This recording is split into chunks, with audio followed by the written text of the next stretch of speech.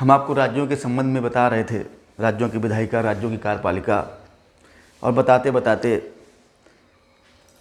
जो वित्तीय मामले थे उन पर हम आ गए थे। जो राज्यों के संबंध में वित्तीय दृष्टिकोण से हमें बताना है उसमें कुछ नया नहीं है, इसलिए उसके लिए कोई हमें अलग से वीडियो बनाने की आवश्यकता नहीं है। 2 मिनट में आपको संक्षेप में इतना बताते हैं कि जिस तरीके से संसद में संघ का बजट पेश किया जाता है उसी तरीके से अनुच्छेद 202 के तहत राज्य की विधानसभा में राज्य के वित्त मंत्री के द्वारा वही वार्षिक वित्तीय विवरण, एनुअल फाइनेंशियल स्टेटमेंट प्रस्तुत किया जाता है और उसके पास करने की प्रक्रिया भी सेम है जो पास करने की प्रक्रिया संघ में संसद में है, इसलिए इसको बहुत ज़्यादा अलग से हमें बताने की जरूरत नहीं है। उसी तरीके से बजट प्रस्तुत करना, फिर मंत्री के द्वारा खड़े होकर के अपने अनुदान की मांगों को प्रस्तुत करना, फिर विनियोग विधेयक का पास होना, वही सब, और प्रक्रिया भी सेम है। विधानसभा का वही अधिकार है जो लोकसभा का अधिकार है, विधान परिषद का वही अधिकार है जो राज्यसभा का अधिकार है, इसलिए हमें इसमें बहुत ज़्यादा अब अलग से चर्चा करने की ज़रूरत नहीं है। चूँकि ये चीज़ें केंद्र में ऑलरेडी हम पढ़ा चुके हैं और केंद्र में आप देख चुके हैं, तो अनुच्छेद भी अगर उन्हीं के पूछे जाते हैं, इनके अनुच्छेद नहीं पूछे जाते हैं। दूसरा, जिस तरीके से वहाँ हमने बताया कि जरूरत पड़ने पर लेखा अनुदान, अपवादा अनुदान, प्रत्यानुदान, अधिक अनुदान, अनुपूरक अनुदान, वो सब होते हैं, वहाँ यहाँ भी सब होते हैं और वही सब पास करने की पूरी प्रक्रिया है। और उन्हीं मदों के लिए, मतलब वहाँ जिस कारण से व्यवस्था की जाती है इन अनुदानों की, ठीक उन्हीं कारणों से यहाँ भी उन्हीं अनुदानों की व्यवस्था की जाती है। तो इनके लिए किसी अलग से हमें वीडियो बनाने की आवश्यकता नहीं थी, बस आपको एक दिमाग में रखना है। जिस तरीके से वहाँ राष्ट्रपति अपने वित्त मंत्री के माध्यम से लोकसभा में बजट प्रस्तुत कराता है, ठीक उसी तरीके से यहाँ गवर्नर अपने वित्त मंत्री के माध्यम से विधानसभा में बजट पेश करवाता है, जिसे वहाँ भी एनुअल फाइनेंशियल स्टेटमेंट कहते हैं और यहाँ भी एनुअल फाइनेंशियल स्टेटमेंट कहते हैं। इसके बाद आता है थोड़ा इसी के संबंध में अनुच्छेद 210 है, जो बताता है कि विधानमंडल में प्रयोग की जाने वाली भाषाएं कौन कौन सी होंगी। तो याद रखिए कि हमारे संविधान के अनुच्छेद 210 में लिखा है कि जो राज्य विधानमंडल का कार्य है वो राज्य की राजभाषा या राजभाषाओं में या हिंदी या अंग्रेजी में होगा। तो किसी हर राज्य की अलग अलग राजभाषा या राजभाषाएं हैं, किसी राज्य की एक राजभाषा है, किसी राज्य की एक से अधिक राजभाषाएं हैं। जैसे हमारे उत्तर प्रदेश की 2 राजभाषाएं हैं, हिंदी और उर्दू। उर्दू को 1989 में दूसरी राजभाषा का दर्जा दिया गया। तो हमारे यहाँ काम किस में हो सकता है? हिंदी में हो सकता है, उर्दू में हो सकता है। और चूँकि बाद में ये भी लिखा है कि किसी भी राज्य का काम अपनी राजभाषाओं के अलावा हिंदी या अंग्रेजी में हो सकता है, तो हिंदी में तो राजभाषा ही है और अंग्रेजी में भी हो सकता है। तो इस तरीके से अगर आपसे पूछा जाए कि किसी भी राज्य में राज्य विधानमंडल की कार्रवाइयाँ या काम किस भाषा में हो सकते हैं, तो आप कहोगे कि उस राज्य की राजभाषा या राजभाषाओं में और हिंदी या अंग्रेजी में हो सकता है। इसके बाद आ जाता है थोड़ा अनुच्छेद 211। ये भी बहुत ज़्यादा पूछने की संभावना कम है, लेकिन फिर भी आपको याद रखना चाहिए, क्योंकि अनुच्छेद 211 अनुच्छेद 212 उसी तरीके से हैं जिस तरीके से अनुच्छेद आपने देखा होगा कि 121 और 122 थे, और 121 और 122 में संसद और सुप्रीम कोर्ट को एक दूसरे से स्वतंत्र रखा गया था, एक दूसरे में हस्तक्षेप ना करें, इसकी व्यवस्था की गई थी। ठीक उसी तरीके से 211 में ये कहा गया कि विधानमंडल में चर्चा पर रोक। क्या कहा गया है 200 इसमें कि विधान मंडल में चर्चा पर रोक।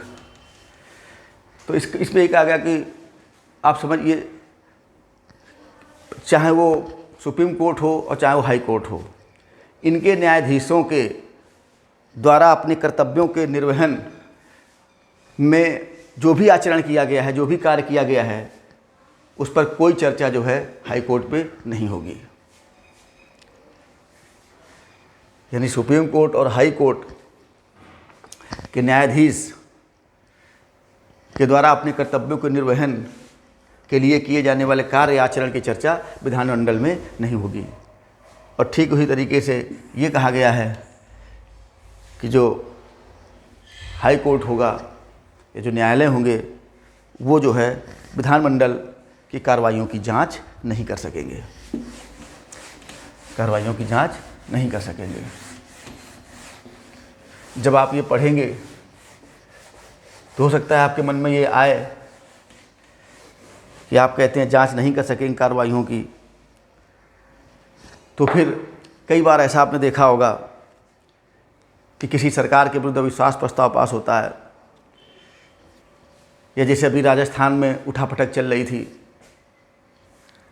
छोटी छोटी बातों में कभी ये कहा कि होता है कि राज्यपाल विधानसभा का सत्र नहीं बुला रहे हैं तो वहाँ कार्रवाइयाँ जो हो रही हैं वहाँ पर बहुत ही शर्मसार करने वाली स्थिति पैदा हो जा रही है। लड़ाई झगड़ा हो रहा है, आपस में मारपीट हो रही है, माइक फेंके जा रहे हैं, और पता चला उसी बीच में किसी के खिलाफ विश्वास या अविश्वास प्रस्ताव पारित किया जाता है।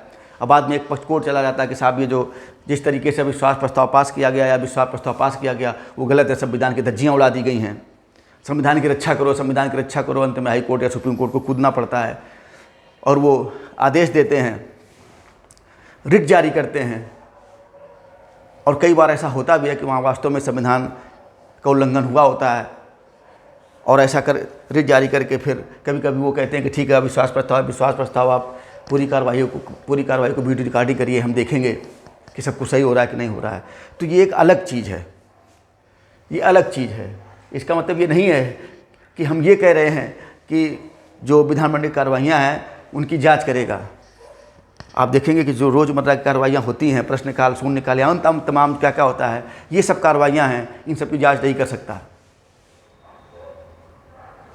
जो उसके विधायी कार्य हैं। और वास्तव में ये एक अलग तरीके का कार्य है। वहाँ संविधान के धज्जियाँ उड़ाई गई होती हैं, संविधान का उल्लंघन किया गया होता है, और सुप्रीम कोर्ट या हाई कोर्ट की स्थापना की ही गई है संविधान और कानून की रक्षा करने के लिए। तो ये थोड़ा इस पे अंतर करके देखिएगा, इसको समझ लीजिएगा। इसके बाद एक है अनुच्छेद 213 बहुत इम्पॉर्टेंट है, ये अनुच्छेद भी पूछा जाता है, और इसमें यही है कि विश्रांति काल में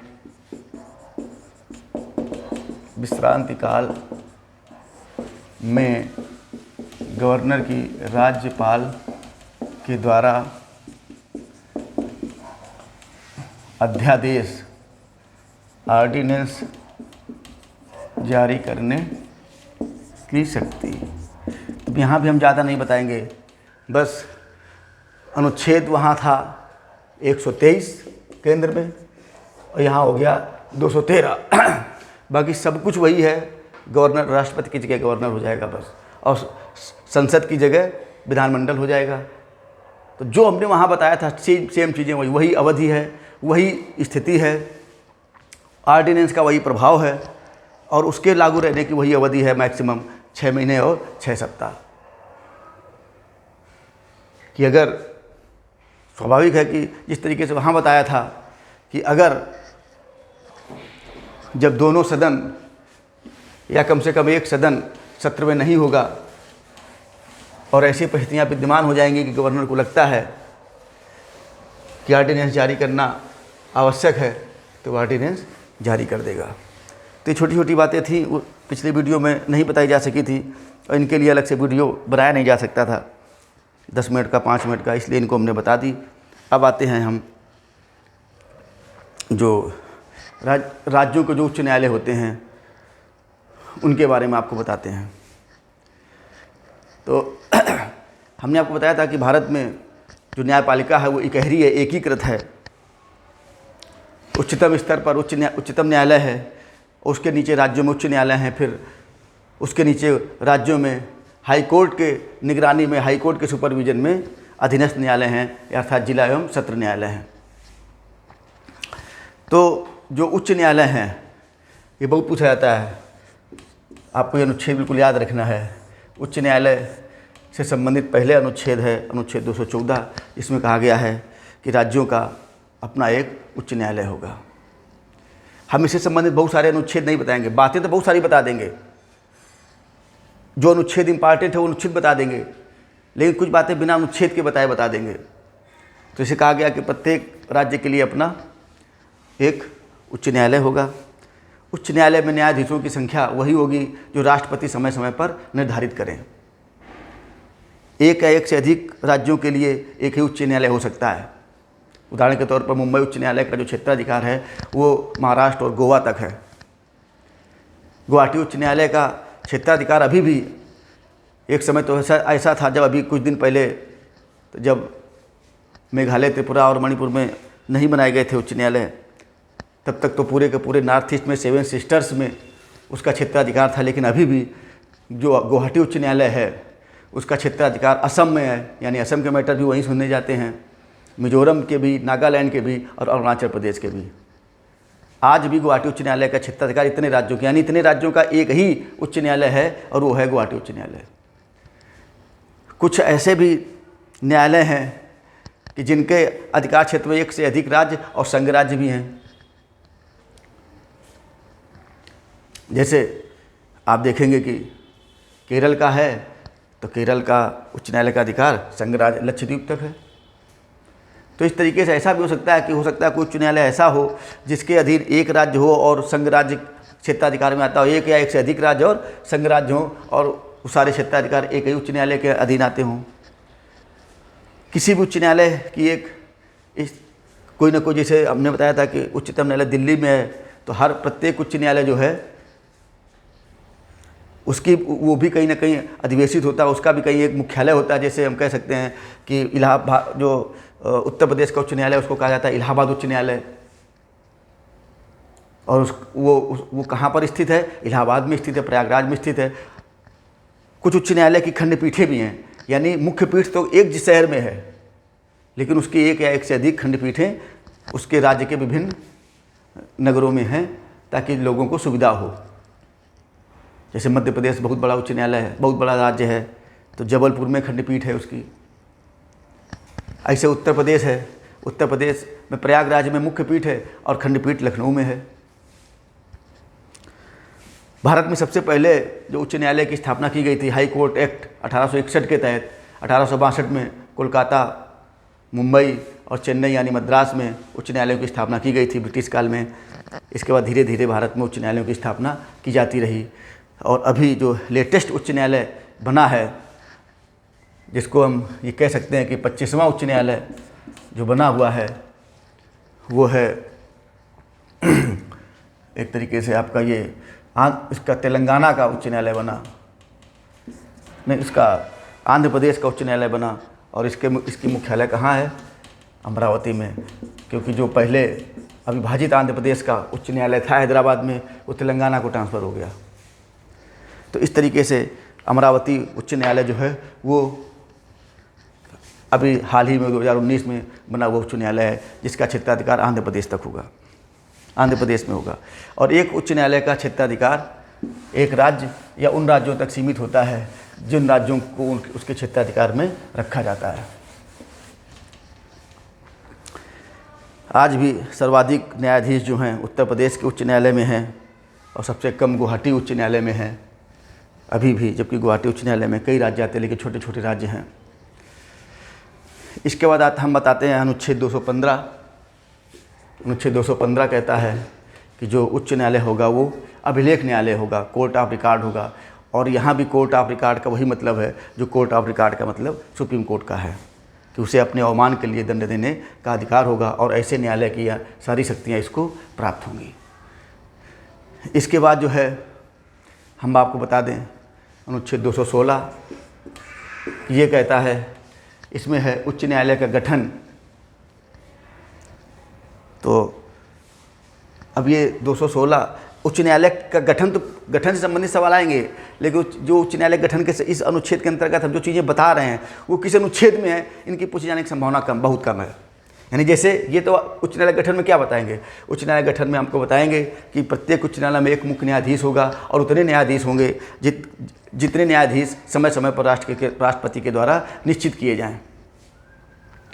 और इन न्यायाधीशों की नियुक्ति जो है वो भारत के राष्ट्रपति के द्वारा की जाएगी। और राष्ट्रपति के द्वारा कैसे नियुक्ति की जाएगी? संविधान जब बना उसके बाद यही कहा गया था कि राष्ट्रपति जब नियुक्ति करेंगे तो भारत के मुख्य न्यायाधीश से, गवर्नर से और ऐसे न्यायाधीशों से सलाह करके नियुक्ति करेंगे जिनसे परामर्श करना हो आवश्यक समझें। लेकिन हमने बताया था कि 1999 के बाद 1999 से जो सुप्रीम कोर्ट ने प्रक्रिया स्थापित कर दी है, वही प्रक्रिया चल रही है। और वही प्रक्रिया आपको याद रखनी है कि सुप्रीम कोर्ट के निर्णय के बाद अब ये स्थिति साफ हो चुकी है कि भारत के राष्ट्रपति उसी व्यक्ति को उच्च न्यायालय का न्यायाधीश नियुक्त करेंगे जिसकी नाम की सिफारिश कॉलेजियम के द्वारा की जाएगी। कॉलेजियम मतलब सुप्रीम कोर्ट के मुख्य न्यायाधीश और कम से कम 2 वरिष्ठतम न्यायाधीशों के परामर्श से जो नाम भेजे जाएंगे। अब अंतर ध्यान में रखना है, गड़बड़ ना कर देना। देखिए, जब उच्चतम न्यायालय, हमने आपको वहाँ बताया था, उच्चतम न्यायालय में उसी न्यायाधीश की नियुक्ति की जाएगी जिसके नाम की सिफारिश सुप्रीम कोर्ट ऑफ इंडिया के चीफ जस्टिस जो है सुप्रीम कोर्ट के 4 वरिष्ठतम न्यायाधीशों से परामर्श करके सिफारिश भेजेंगे। और यहाँ क्या है कि CJI 2 वरिष्ठतम न्यायाधीशों से परामर्श करके भेजेंगे। लेकिन एक हाई कोर्ट से दूसरे हाई कोर्ट में जब जज का ट्रांसफ़र होगा तो CJI जब परामर्श भेजेंगे तो वहाँ पर 4 न्यायाधीशों का परामर्श ही आवश्यक होगा।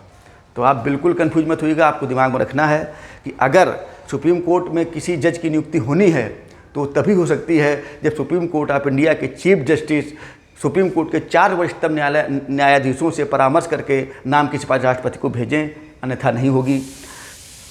अगर एक हाई कोर्ट से दूसरे हाई कोर्ट में जज का ट्रांसफ़र करना है तो तभी होगा जब सुप्रीम कोर्ट उस जज के ट्रांसफ़र से संबंधित सिफारिश 4 वरिष्ठतम न्यायाधीशों से परामर्श करके राष्ट्रपति को भेजें।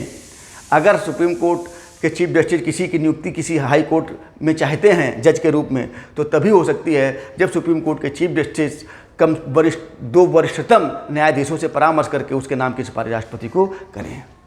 और यह परामर्श लिखित होना चाहिए।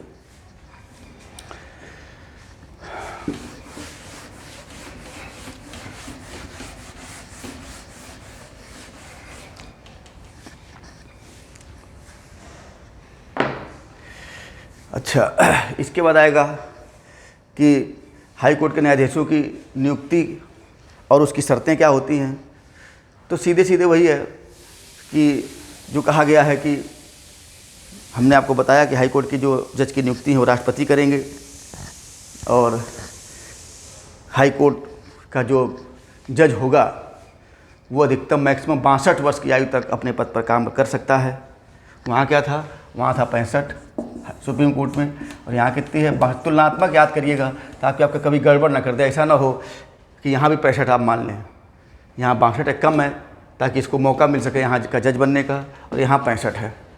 तो 62 वर्ष की आयु तक वो अपने पद पर रहेगा हाई कोर्ट का जज। और उसकी जो योग्यताएं हैं कि कौन व्यक्ति सुप्रीम कोर्ट हाई कोर्ट का जज हो सकता है, तो बाकी तो वही हैं कि वो भारत का नागरिक हो। दूसरा सबसे बड़ी जो उसकी योग्यता है वो ये होनी चाहिए कि कम से कम 10 वर्ष से भारत में न्यायिक पद धारण किया हो। क्या योग्यता होनी चाहिए कि कम से कम 10 वर्ष तक जो है वो, जैसे प्रयागराज में हाई कोर्ट का जज बनना है तो कम से कम उत्तर प्रदेश के अधीनस्थ न्यायालयों में उसने कम से कम 10 वर्ष तक किसी न्यायिक पद को धारण किया हो, यानी जज रहा हो अधीनस्थ न्यायालय में, तब वो अपने राज्य के किसी उच्च न्यायालय में जज बनने का पात्र हो जाएगा। या एक दूसरी योग्यता भी है कि 10 वर्ष से किसी हाई कोर्ट में या एक से अधिक हाई कोर्ट में जो है वो अधिवक्ता रहा हो, वो अधिवक्ता रहा हो।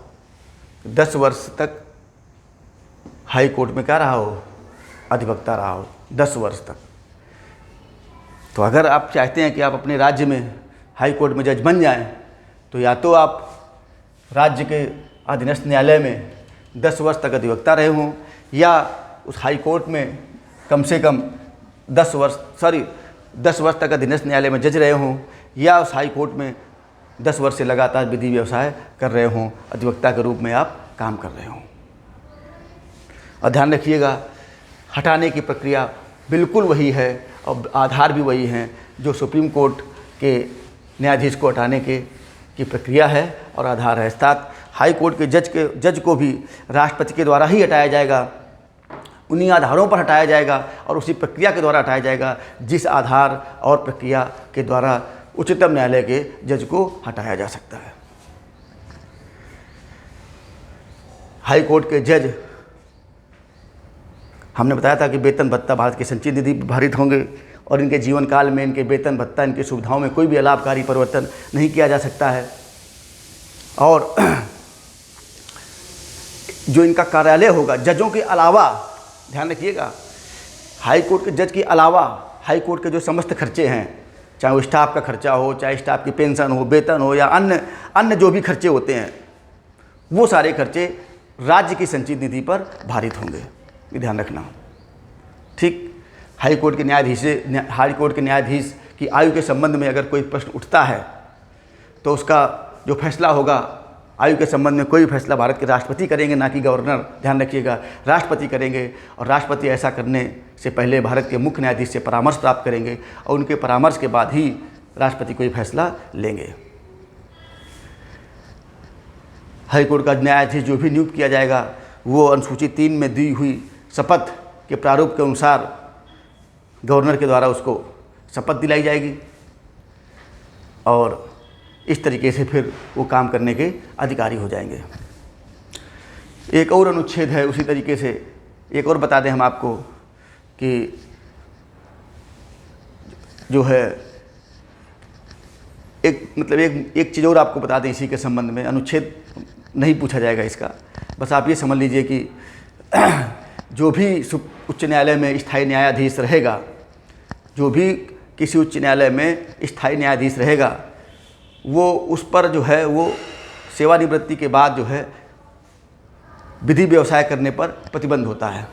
ध्यान रखिएगा, सिर्फ छूट इतनी है कि वो जिस राज्य में जज रहा है उस राज्य के अलावा किसी हाई कोर्ट में, उस राज्य के हाई कोर्ट के अलावा देश के अन्य किसी हाई कोर्ट में और सुप्रीम कोर्ट में ही केवल विधि व्यवसाय कर सकता है, प्रैक्टिस कर सकता है।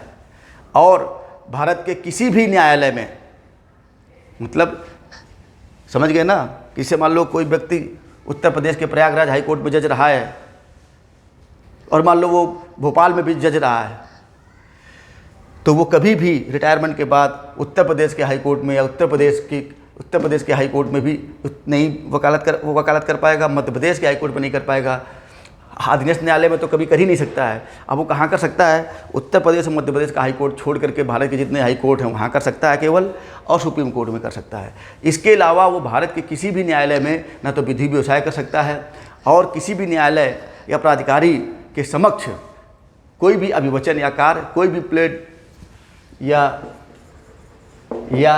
एक्ट जो है वो नहीं कर सकता है। तो एक तरीके से आप जानते हैं कि ये इसलिए दिया गया है ताकि सेवानिवृत्ति के बाद होने वाले लाभों की आशा में जज कोई असंवैधानिक या अनैतिक काम ना कर दें, कोई गलत काम ना कर दें। तो एक तरीके से आप ये कह सकते हैं, सीधी सी बात है कि हाई कोर्ट का कोई भी जो स्थायी न्यायाधीश होगा वो जिस हाई कोर्ट में न्यायाधीश, हाई कोर्ट या हाई कोर्टों में न्यायाधीश रहा है, मैं फिर बता दूं, उन हाई कोर्टों को छोड़ करके शेष हाई कोर्टों में और सुप्रीम कोर्ट में विधि व्यवसाय कर सकता है और भारत के किसी भी न्यायालय में वो किसी भी प्रकार का काम विधि व्यवसाय नहीं कर सकता है। दिमाग में आपको रखना है। जिस तरीके से सुप्रीम कोर्ट में कार्यकारी मुख्य न्यायाधीश की नियुक्ति की जा सकती है, अगर मुख्य न्यायाधीश का पद रिक्त है और किसी तरीके से खाली हो जाता है, रिक्त हो जाता है, अनुपस्थित रहता है, तो यहाँ भी कार्यकारी मुख्य न्यायाधीश की नियुक्ति की जा सकती है। कोई बहुत बड़ी बात या खास बात इसको नहीं है कि इस बार पूछा जाएगा, इतना दिमाग में रखना कि यहाँ की जा सकती है। ध्यान बस इसका जो है एक अनुच्छेद 224 है। अनुच्छेद 224 में जो व्यवस्था है वो व्यवस्था पूछी जाती है, अनुच्छेद नहीं पूछा जाता है। बस व्यवस्था आपको याद रखनी है कि यहाँ भी जो है वो अपर न्यायाधीश और कार्यकारी एक्टिंग, और इसको कहते हैं एडिशनल जज की नियुक्ति की जा सकती है। होता क्या है कि अगर कार्य में अस्थायी रूप से काफ़ी वृद्धि हो गई है, अगर किसी हाईकोर्ट में कार्य की अचानक वृद्धि हो जाती है और लगता है कि कार्य का निपटारा जो है वो समयबद्ध तरीके से करना है, पेंडेंसी बहुत बढ़ रही है, तो कार्य में होने वाली इस अस्थायी वृद्धि को निपटाने के लिए जो है वो राष्ट्रपति नियुक्ति वो राष्ट्रपति करेंगे। अधिकतम 2 वर्ष के लिए हाई कोर्ट की जज बनने की योग्यता रखने वाले किसी व्यक्ति को जो है वो हाई कोर्ट का जज बना सकते हैं, लेकिन इसकी टेन्योर याद रखना है, मैक्सिमम 2 वर्ष के लिए, मैक्सिमम 2 वर्ष के लिए। और ये पूछा जाता है कि एडिशनल जजों की नियुक्ति कहाँ की जाती है, अपर न्यायाधीश की नियुक्ति कहाँ की जाती है, तो हाई कोर्ट में की जाती है, ना कि सुप्रीम कोर्ट में। ये दोनों ही क्वेश्चन पूछे गए हैं। और जो है वो कार्यकारी न्यायाधीश की नियुक्ति तभी होगी जैसे कार्यकारी मुख्य न्यायाधीश की नियुक्ति की जाती है कि अगर कोई न्यायाधीश अनुपस्थित हो जाता है, किसी कारण से अपना काम नहीं कर पाता है, असमर्थ है काम करने में कुछ दिनों के लिए, तो जब तक वो काम पर नहीं आ जाता है तब तक किसी को भी जो है एक्टिंग न्यायाधीश बनाया जा सकता है, जिसमें न्यायाधीश बनने की योग्यता हो। और ये सब नियुक्तियां भी उसी तरीके से होती हैं जिस तरीके से स्थायी नियुक्तियां होती हैं। वही मुख्य न्यायाधीश, वही कॉलेजियम सिस्टम और कॉलेजियम सिस्टम के द्वारा सिफारिश और फिर राष्ट्रपति के द्वारा नियुक्ति। अब इस पूरे वीडियो का हम सबसे महत्वपूर्ण बात आपको बताने जा रहे हैं। 2 बातें जो सब वास्तव में आपको दिमाग में रखनी है, बहुत महत्वपूर्ण। एक तो ये कि अनुच्छेद 226 और दूसरा ये हाई कोर्ट का क्षेत्राधिकार। हाई कोर्ट का क्षेत्राधिकार। तो ये दोनों अनुच्छेद 226 अलग है और हाई कोर्ट का क्षेत्राधिकार से अनुच्छेद अलग है, अनुच्छेद नहीं पूछे जाते हैं। तो देखो ध्यान आपको ये रखना है कि जो हाई कोर्ट होगा, हमने आपको बताया था कि हाई कोर्ट के क्षेत्राधिकार में उस राज्य की सीमा होगी, या अगर कोई हाई कोर्ट एक से अधिक राज्यों के लिए है तो उन इस एक से अधिक राज्यों से संबंधित मामले वो सुनेगा। और हाई कोर्ट में सारे मामले अपील के आते हैं, डायरेक्ट मामलों की शुरुआत वहाँ नहीं होती है, कुछ अपवादों को छोड़कर, जैसे मूलाधिकार का मैटर हो गया। तो याद रखिए कि उस राज्य के क्षेत्राधिकार में जो भी अधीनस्थ न्यायालय हैं, उन सभी अधीनस्थ न्यायालयों के द्वारा दिए गए निर्णय, डिग्री या अंतिम आदेश की अपील हाई कोर्ट में होगी। तो ये तो हो गया एक तरीके से इसका अपीली क्षेत्राधिकार। क्या हो गया? हाई कोर्ट का अपीली क्षेत्राधिकार। और राजस्व एवं राजस्व संग्रह से संबंधित राज्य के जो मामले होते हैं, वो विवाद होते हैं, वो राज्य के किसी अधीनस्थ न्यायालय में नहीं सुने जाते हैं। इस प्रकार का अगर कोई विवाद है, इससे से संबंधित कोई मैटर है, तो वो सीधे हाई कोर्ट में चैलेंज होता है। तो एक तरीके से ये कह सकते हैं कि ये जो मामला है, ये हाई कोर्ट का प्रारंभिक क्षेत्राधिकार है। ध्यान रखिएगा, अगर क्वेश्चन पूछ दिया जाता है इस तरीके से, अलग से कुछ वर्णन संविधान में बहुत ज़्यादा, इसको बहुत अलग से बहुत नहीं, इसको बहुत लिखा गया है, बस एक जगह बताया गया कि ये मामला, ये सुनने का अधिकार सिर्फ और सिर्फ हाई कोर्ट को होगा। और आप जानते हैं कि अगर कोई न्यायालय ऐसा है कि कोई मैटर सिर्फ उसको ही सुनने का अधिकार होता है और किसी अधीनस्थ न्यायालय को सुनने का नहीं अधिकार होता है, तो हम ये कहते हैं कि ये उसका प्रारंभिक क्षेत्राधिकार है। क्योंकि प्रारंभिक क्षेत्राधिकार का मतलब ही यही होता है कि अगर कोई मैटर ऐसा है, अगर कोई क्षेत्राधिकार ऐसा है जो सिर्फ और सिर्फ उसके दायरे में आता है, तो फिर वो उसका प्रारंभिक क्षेत्राधिकार है। तो अगर आपसे पूछा जाए कि हाई कोर्ट के प्रारंभिक क्षेत्राधिकार में कौन से मामले आते हैं, तो आप कहोगे हाई कोर्ट के प्रारंभिक क्षेत्राधिकार में राजस्व एवं राजस्व संग्रह के से संबंधित मामले आते हैं।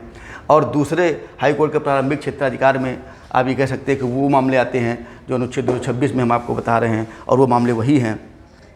लेकिन हम आपको बता दें कि हाई कोर्ट, हम बार बार आपको चीज़ें बताते हैं, व्यवहारिक बात इसलिए बता देते हैं कि कोई क्वेश्चन उस रूप में कभी कभी आ जाता है, लेकिन जो संविधान में लिखा है वो भी बता देते हैं, क्योंकि आपको ये भी समझना चाहिए।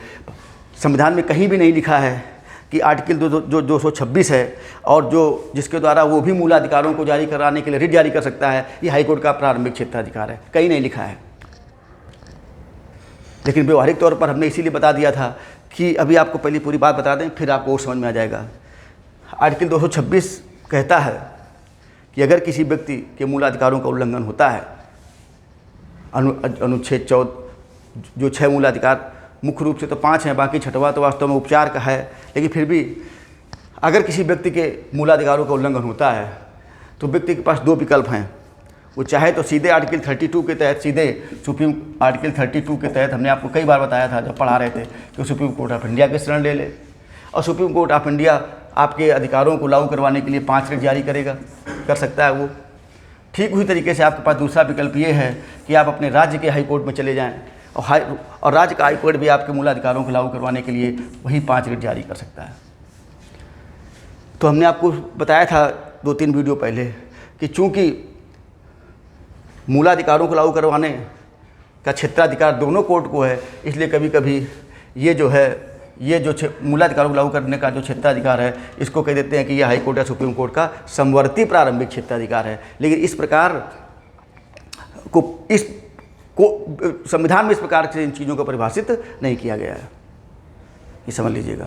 लेकिन चूंकि ये मैटर सुनने का, मूलाधिकारों वाले मैटर सुनने का अधिकार सिर्फ और सिर्फ सुप्रीम कोर्ट को और हाई कोर्ट को ही है, इसलिए ये कहा जा सकता है कि इसका प्रारंभिक क्षेत्राधिकार है, ये इसका प्रारंभिक क्षेत्राधिकार है। लेकिन चूंकि दोनों को इसलिए समवर्ती प्रारंभिक क्षेत्राधिकार में है। अदरवाइज सीधे सीधे संविधान में जो सुप्रीम कोर्ट के प्रारंभिक क्षेत्राधिकार बताए गए हैं वो मैंने वहाँ बता दिए थे, और जो यहाँ इसके संबंध में जो भी इसके जो क्षेत्राधिकार बताए गए हैं वो मैंने आपको बता दिए। और मैंने आपको बताया कि इन केस व्यवहारिक रूप से अगर पूछा जाता है कि हाई कोर्ट के प्रारंभिक क्षेत्राधिकार में क्या, तो खुद ही वो वाला विकल्प दिया होगा राजस्व और राजस्व संग्रह संबंधित मामले में। और अगर ये दिया है तो आप समझ जाइएगा कि पेपर सेटर जो है वो ये जानना चाहता है कि हाँ ये भी इसका क्षेत्राधिकार है प्रारंभिक। लेकिन हमने आपको पूरी बात बता दी। अब हम आपको बताते हैं कि आर्टिकल 226 और 32 में अंतर क्या है। आर्टिकल 226 और 32 में बहुत मूल अंतर है और आपको बहुत अच्छे समझ लेना है। अगर ये इस पूरे वीडियो की जान है, समझ लो ये। बाकी तो आप किताबों से पढ़ लेंगे और समझ भी जाते हैं। केवल ये चीज़ जो है आर्टिकल 32 और आर्टिकल 226 में अंतर क्या है, ये पूरे इस वीडियो का सार है, इसको बहुत ध्यान से समझिएगा। देखिए, मैंने अभी आपसे कहा और इसके पहले भी कई बार कह चुका हूँ कि अगर आपके मूलाधिकारों का उल्लंघन होता है तो आपके पास 2 विकल्प हैं। आप चाहें तो सीधे हाई कोर्ट में चले जाएं और चाहें तो सीधे सुप्रीम कोर्ट में चले जाएं। लेकिन ध्यान रखिएगा, आर्टिकल 32 आपका मूलाधिकार है और आर्टिकल 226 आपका मूलाधिकार नहीं है। तो चूंकि आर्टिकल 32 आपका मूलाधिकार है, तो जब आप सुप्रीम कोर्ट जाएंगे तो सुप्रीम कोर्ट आपको सुनने से इनकार नहीं कर सकता, क्योंकि आपका मूलाधिकार है। लेकिन अगर आप हाई कोर्ट जाएंगे तो ये हाई कोर्ट के ऊपर है कि वो आपकी रिट को, आपकी पिटीशन को, आपकी प्रार्थना को स्वीकार करे या ना स्वीकार करे। वो चाहे तो स्वीकार करे और रिट जारी करे और चाहे तो स्वीकार ना करे। और आप ये नहीं कह सकते हैं कि साहब ये मेरा फंडामेंटल राइट है और आर्टिकल 226 के तहत हम जब आपके पास आए हैं तो आप हमें सुनिए और हमें न्याय दीजिए। ध्यान रखिएगा, आर्टिकल 226 आपका मूलाधिकार नहीं है। आप हाई कोर्ट जाएंगे, हो सकता है हाई कोर्ट आपको सुन ले, आपकी प्रार्थना स्वीकार कर ले और आपके मूलाधिकारों का जो उल्लंघन हो रहा था उस पर रोक लगाते हुए कोई रिट जारी कर दे। जारी करता है हाई कोर्ट, शायद ही कभी मना करता हो, लेकिन हमने आपसे कहा कि उस हाई कोर्ट के पास मना करने का विकल्प है, जबकि सुप्रीम कोर्ट के पास मना करने का विकल्प नहीं है, क्योंकि आपका मूलाधिकार है। 32 आपका मूलाधिकार है, खूब समझिएगा। 32 आपका मूलाधिकार है। अब मूलाधिकार का उल्लंघन कोर्ट भी नहीं कर सकता। और दूसरी बात बहुत महत्वपूर्ण ये है, बहुत महत्वपूर्ण बात बता रहा हूँ कि आर्टिकल 32 के तहत आज की स्थिति में सुप्रीम कोर्ट सिर्फ और सिर्फ आपके मूलाधिकारों को लागू करवाने के लिए ही रिट जारी कर सकता है, जबकि आर्टिकल 226 के तहत हाई कोर्ट मूलाधिकारों से भिन्न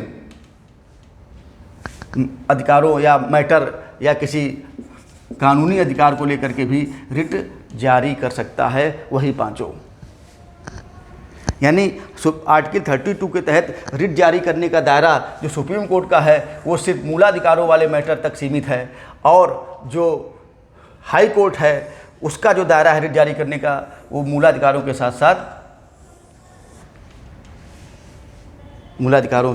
अन्य मैटर तक भी जाता है। इसलिए हाई कोर्ट का जो क्षेत्राधिकार है इस संबंध में वो सुप्रीम कोर्ट की अपेक्षा अधिक व्यापक है, क्योंकि अगर आपके किसी कानूनी अधिकार का उल्लंघन हो रहा है तो उसको लागू करवाने के लिए भी हाई कोर्ट 226 के तहत आवश्यकता अनुसार वही 5 रिट जारी कर सकता है। जबकि सुप्रीम कोर्ट सिर्फ और सिर्फ आपके मूलाधिकारों को लागू कराने के लिए ही 5 रिट जारी कर सकता है, ध्यान रखिएगा। तो इसका मतलब 226 के तहत रिट जारी करने का दायरा जो है वो हाई कोर्ट का व्यापक है, असीमित है, जबकि सुप्रीम कोर्ट का सीमित है और वो है सीमा उसकी सिर्फ और सिर्फ मूलाधिकारों तक। इस चीज़ को आपको बहुत अच्छे समझना है और ये प्री मेंस इंटरव्यू सब के लिए बहुत इम्पॉर्टेंट था ये कि आर्टिकल 32 और आर्टिकल 226 में अंतर क्या है, बहुत महत्वपूर्ण अंतर है। इसलिए आज की वीडियो में बस इतना ही, बाकी चीज़ें हम आपको इसके बाद का अगले वीडियो में पढ़ाएंगे।